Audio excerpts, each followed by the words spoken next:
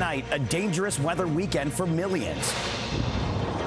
Evacuation orders in California as fire crews launch a massive attack on a fast-moving wildfire. This as a searing new heat dome expands. I'm Gwen Baumgartner in Santa Monica, California. Several states already sizzling, record temperatures melting, and Billings, Montana this weekend hotter than Phoenix. While Missouri today cleans up after thunderstorms triggered heavy rain and water rescues. Also tonight, trading threats. I'm Olivia Rinaldi at the White House. President Trump threatens to decimate Iran as the country's new supreme leader vows to avenge his father's killing. A landmark housing bill becomes law. I'm Allie Bauman in New York. Home ownership costs are at record highs, but a new law taking effect today targets affordability, what it means for home buyers and sellers. And a royal reunion. Prince Harry and his family pay a rare visit to the king and queen after a years-long family feud. There's no more time to lose, and I think both of them will be absolutely delighted by this family reunion. All that, plus America's revolutionary start. I'm Nicole Killian at the Library of Congress, where visitors can literally see the first draft of history as one of the nation's founding documents goes on display in celebration of America's 250th anniversary. This is the CBS Weekend News from New York with Jerika Duncan. Good evening, and thank you so much for joining us on this busy Saturday. Jerika is off. I'm Tom Hansen. We begin tonight with a blistering heat dome gripping the west and northern plains. More than 63 million Americans under heat alerts today. Some areas could see temperatures up to 115 degrees. All of that dry heat fueling dangerous wildfires, including the Summit Fire just north of Los Angeles. In the Ozarks and the Mid-Atlantic, the problem is too much water. The flooding turning deadly with at least one reported fatality in Missouri. And in the South today, New Orleans got 5 inches in less than an hour, leaving parts of the city flooded. And CBS's Gwen Baumgartner is in Los Angeles. She leads us off tonight. Gwen, good evening to you. Good evening, Tom. Dangerous heat has worked its way to the West Coast. Despite that, you can see here in Santa Monica, lots of people hitting the beach. But as for emergency crews, this weekend means all hands on deck. Heavy flames and smoke. All aircraft on the Summit incident. Forcing more than 3,500 evacuations in Los Angeles County. Friday's fast-moving Summit fire surpassing 2,500 acres overnight. Challenging access, for sure. Obviously, that coupled with the heat and the terrain, it did make a little bit of a challenge for us. And flames are still raging in southeast Utah, southwest Oregon, and Colorado, where firefighters grapple with the Aspen Acres fire, one of the most destructive in state history. Fueling wildfire concerns, much of the West is already in a drought and bracing for an expanding heat dome. You know, it's definitely getting hotter each summer, so that's a cause for concern. It is a little toasty, but we're enjoying it. This weekend, temperatures just shy of 110 degrees will beat down on Palm Springs, Billings, Montana, and Phoenix, where water immersion bags are being used to treat heat stroke patients. Heat-related deaths in Maricopa County have tripled since this time last year. Over 64 million Americans are currently under a heat alert, and 20 million are facing flood alerts, including in New Orleans. Residents are surveying the damage after heavy flooding swept through parts of Missouri, forcing hundreds of rescues. They got out safe, they're alive, praise God, praise God. Including these stranded young campers who were taken by helicopters to safety. Back here in Southern California, water is also creating issues at several beaches like this, where that heat is driving up bacteria levels, making it unsafe to swim. Tom? And tough to escape that heat. Gwen, thank you for that. And for the latest on the extreme weather, we turn now to CBS News meteorologist Andrew Kozak, who's tracking it all for us. So, Andrew, what can you tell us? Yeah, Tom, good evening. Extreme weather across both ends of the spectrum tonight. I want to start in the Northeast, New England, the Mid-Atlantic, and the South. Showers and thunderstorms and training thunderstorms. The same areas over and over, giving us flash flooding. Places like the Philadelphia suburbs. This will continue a little further south as this frontal boundary moves south on Sunday. Severe weather for the rest of the evening tonight, stretching from Oklahoma City all the way to South Carolina. Tomorrow gets concentrated a little bit further across the southeast as the front moves to the the south and the east. Now, along with that, we're also going to be talking about heat advisories making it feel as hot as 105 to 110. But I want to take you across the west because the Rockies and the Mountain West looking at real extreme temperatures. All of these areas here are extreme heat warnings where we could be looking at temperatures as hot as 110 to 112 across the area tomorrow. Places like Billings, Montana, Salt Lake City, shattering records. And Tom, in the week ahead, that heat and humidity spreads east, affecting millions for the next couple of days. We know you'll stay on top of it all. Andrew, thank you. All right, tonight, the deal aimed at ending the U.S.-Iran war hangs in the balance. The country's new supreme leader and President Trump trading threats. Trump, who golfed at his Virginia resort, took aim on social media last night, and CBS's Olivia Rinaldi is at the White House with the latest. So, Olivia, what are you learning tonight? Well, good evening, Tom. President Trump issued new warnings saying 1,000 missiles are pointed at Iran, locked and loaded, should the Iranians try to assassinate him. This comes after a week of traded fire between the two countries that threatened to return to all-out war. The U.S. military battered Iran, saying it struck 170 targets this week after Iran fired upon vessels sailing through the Strait of Hormuz. They want to make a deal, but they don't know how to make a deal, and then they go around shooting ships at night. I don't like that. Today in Oman, Iranian negotiators ignored a demand from the United States to publicly state it made a mistake in shooting at ships in the strait and declare that the waterway is open without tolls. U.S. officials tell CBS News they are in a wait-and-see mode for what comes next, adding if the Iranians don't keep the strait open, quote, it's not going to be a great day for them.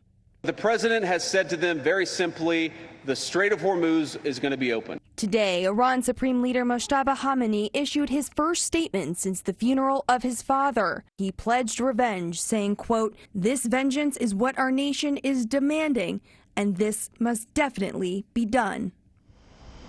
With the heightened threat environment, the Secret Service advised the president not to take the new luxury jet donated by Qatar home from the NATO summit and instead use the older version of Air Force One as a precaution. Tom? And Olivia, while I have you here, I want to ask you another question. The Trump administration has issued subpoenas to several New York Times journalists after they reported on those specific concerns with the new Air Force One. So what's that all about? Yeah, the paper said 4 of their journalists were subpoenaed by the Department of Justice, with some agents even showing up at their doors to deliver the notices. A lawyer for the New York Times said in a statement that should shock the conscience of any American who believes in the Constitution and the press freedom it protects. This all comes after the Times reported the new donated plane lacked some of the advanced security features of the older version of Air Force One, including anti-missile capabilities. The Department of Justice says it is not investigating the reporters, but who leaked the information. Tom? All right, Olivia Rinaldi for us with the late developments in Washington. Olivia, thank you. The largest housing bill in years is now law without President Trump's signature. The president declined to sign the measure because Congress had not yet passed his Save America Act. So what exactly will the housing law do? CBS's Allie Bauman has been looking into that. She joins us from New York. Allie, good evening. Good evening, Tom. This new law aims to increase the supply of affordable housing by removing regulatory barriers and streamlining environmental reviews. It also bans large investors from purchasing more than 350 homes. And it comes at a time when buying a house is more expensive than ever. So the house is almost 1,800 square feet, which is great. 29-year-old Jake Bradarzen is searching for his first home in Fair Lawn, New Jersey. He's been living with his parents to save money. It's like discouraging because it just feels like the prices are constantly going up, the interest rates are going up. The median price of an existing home in the U.S. reached a record high last month, now over $440,000. It's part of the nation's ongoing affordability crisis, exacerbated by the war with Iran, economists say, which has triggered a rise in inflation. Inflation has also helped push up mortgage rates, the average rate on a 30-year mortgage now nearly 6.5%. All of it playing out with too few houses on the market. We really need to see about 30% more inventory to truly balance the market condition. Lawrence Yoon is the chief economist for the National Association of Realtors. For most people, their large concentration of their budget is toward housing, and consequently, housing is a major factor in the broader affordability picture. Realtor Nina Colligan is trying to help first-time homebuyers navigate this turbulent market. I feel so sorry for so many buyers, who are out there overpaying in their mind for a house. But look, it's up to the buyers what a house is worth. Experts say right now home buyers should manage their expectations and look for homes that are within or below their budget, Tom, so they can build up or trade up later on. Some sound advice. Allie Bauman for us tonight. Allie, thank you. Maine Democrats say they'll hold a party convention 2 weeks from today to choose a new nominee for the U.S. Senate race after Graham Plattner formally withdrew on Friday. His upstart yet troubled campaign was rocked by a rape allegation this week, which Plattner has denied. There's movement to mend one of the world's most followed family feuds. Let's go to our London bureau and CBS's Anna Corin with the details. Anna, good evening. Good evening, Tom. For the first time in more than 4 years, Harry and Meghan and their 2 children, Archie and Lilibet, have met with his father, the King, and Queen Camilla, following what has been a very public royal rift. This was a private family meeting, and no pictures were provided by Buckingham Palace. Less than 24 hours after a rare and private royal family reunion, Prince Harry attended a charity event for bereaved military children with some goat yoga that got a little too close for comfort. Harry arrived in the UK for the Invictus Games, his charity competition for military veterans. Remarkable men and women who have served their countries. 6 years ago, Harry and Meghan stepped down from their royal duties, lost their royal titles and relocated to the United States in one of the most high-profile royal family fallouts played out before the world's media. This was never the intention. The couple spoke to Oprah about the estrangement. And I'm comfortable knowing that we did everything that we could to make it work. However, this is a promising sign the wounds between the King and his son may finally be healing. Both sides have been very conscious of the fact that the King is 77 years old. He's still undergoing cancer treatment. There's no more time to lose. And I think both of them will be absolutely delighted by this family reunion. The day Harry and his family met the King, his brother Prince William was playing in a charity polo match with his wife Kate cheering him on. The question remains, Tom, will the 2 brothers be able to meet and try to patch up their relationship? The world is watching. Anna, thanks. Princess Kate made an appearance at Wimbledon today, presenting the trophy for the women's singles final. 21-year-old Linda Noskova claimed her first Grand Slam title, beating Karolina Muchova, both women from the Czech Republic.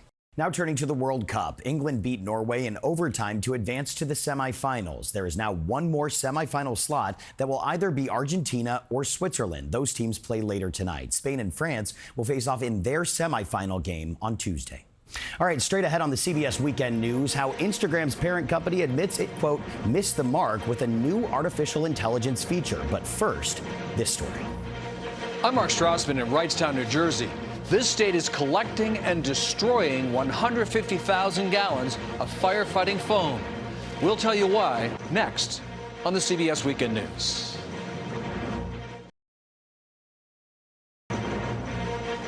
Fire departments across the country are changing how they extinguish fires. For decades, they used foam that contained PFAS or forever chemicals that are now linked to cancer. More than a dozen states are now working to collect, remove, and destroy all of it. And CBS's Mark Strassman takes a look at the massive cleanup in New Jersey. Something's off here. New Jersey's fire departments, hundreds of them, should not be getting rid of foam proven to put out flames. It was like sitting on a bomb. How am I going to get rid of this? Chief Robert Gankars leads the Jacobstown Volunteer Fire Station. They've used a firefighting foam called AFFF since the mid-1980s.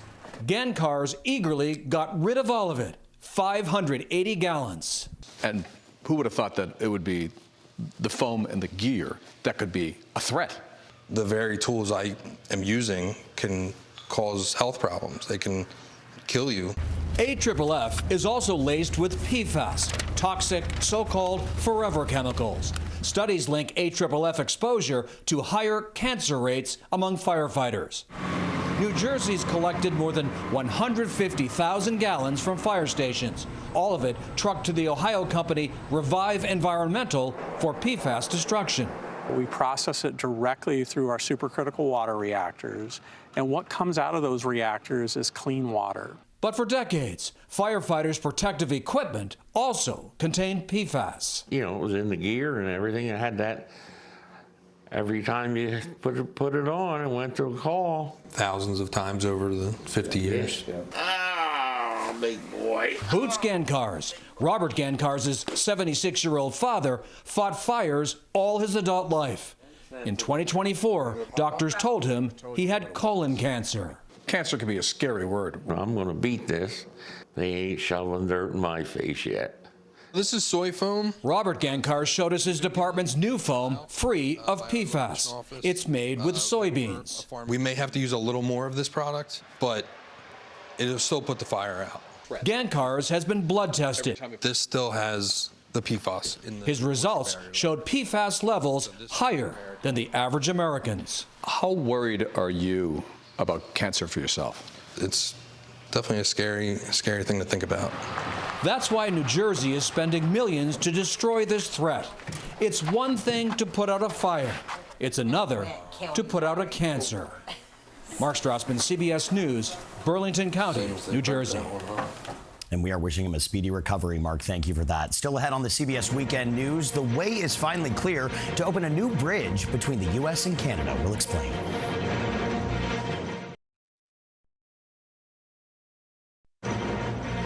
A deal has been reached to open the new Gordie Howe Bridge connecting Michigan and Ontario after weeks of uncertainty and years of construction. The new $6 billion span was paid for by Canada. It was set to open last month until President Trump pumped the brakes over trade tensions.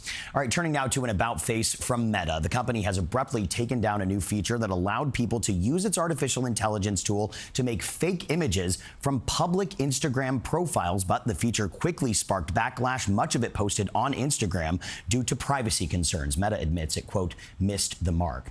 And moving now to tributes tonight for actor Randolph Mantooth. If you don't recall his name, you may remember this. Mantooth spent 6 seasons bringing paramedic Johnny Gage to life in the 1970s TV show Emergency. His family says Mantooth died Thursday at a hospice in Ventura, California. Randolph Mantooth was 80 years old. We are certainly thinking of his family. And next on the CBS Weekend News, how the Declaration of Independence came to be word by word. But first, a look back at this day in history. If you were in Australia, you were a very big Chicken Little believer. And while the pieces from Skylab were bigger than acorns, they all fell harmlessly. The government's plans for the requiring of passive restraints, airbags, or automatic seat belts in cars. He has now escaped from prison for a second time. Late last night, Joaquin El Chapo Guzman broke out of a maximum security prison about 60 miles from Mexico City.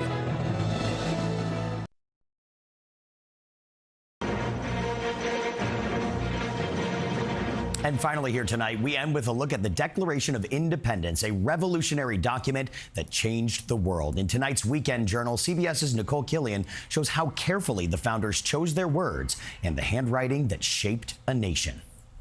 They are words etched into America's conscience. And these are timeless qualities: life, liberty, pursuit of happiness. Foundational principles preserved in this rare draft of the Declaration of Independence, written by Thomas Jefferson, now on display at the Library of Congress. Ryan Reft is a lead curator. This is Jefferson's fully realized draft. You can see them changing words throughout. The document contains edits from fellow founding fathers Ben Franklin and John Adams, like using the word citizens instead of subjects. They were breaking from a monarchy and creating a country based on this creedal idea established in the Declaration that was new and that we were not subject to anyone. And there were other changes, according to historian Kevin Butterfield. Initially, Thomas Jefferson had said, we hold these rights to be sacred and undeniable. And Ben Franklin said, no, actually, maybe we should say self-evident. But it was the phrase that all men are created equal that took time to evolve. Initially, the all men are created equal probably only applied to white men. It ignored women, enslaved folks, Native Americans, and others. But that's the great thing about the Declaration. Even in its weaknesses, there is strength. The sense that the language he created enabled those folks who were unequal at the time to judge for themselves what equality was. The exhibit, called The Declaration's Promise, showcases that evolution through other items, like President Abraham Lincoln's draft of the Gettysburg Address during the Civil War. He says, well, why are we here? Why did we fight this war? And he comes down to one basic idea: equality. The collection also features a Declaration of Rights read by Susan B. Anthony in support of women's suffrage, to speeches by Dr. Martin Luther King Jr. and John Lewis during the Civil Rights Movement. These are moments to kind of look back and see where we are and see where we should be. And to see where we could be in the next 250 years. Nicole Killian, CBS News, Washington. The building blocks of this great country. Nicole, thank you. And that's the CBS Weekend News for this Saturday. I'm Tom Hansen in New York. Good night and see you tomorrow.